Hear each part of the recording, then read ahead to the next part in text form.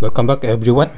Ngayon hapon at sa mga susunod na mga araw ay makakaranas na po ang southern section at eastern section po ng Mindanao ng moderate to intense rains dulot po ng trough of LPA na galing po sa equator at pinalakas pa po ng hanging amihan.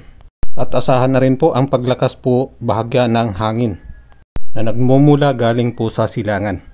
Ang Visayas po ay inaasahang makakaranas din po ng pagulan dulot po ng thunderstorm at easterlies.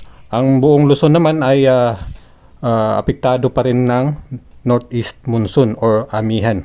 Posible po sa weekends, bubuti na po ang panahon.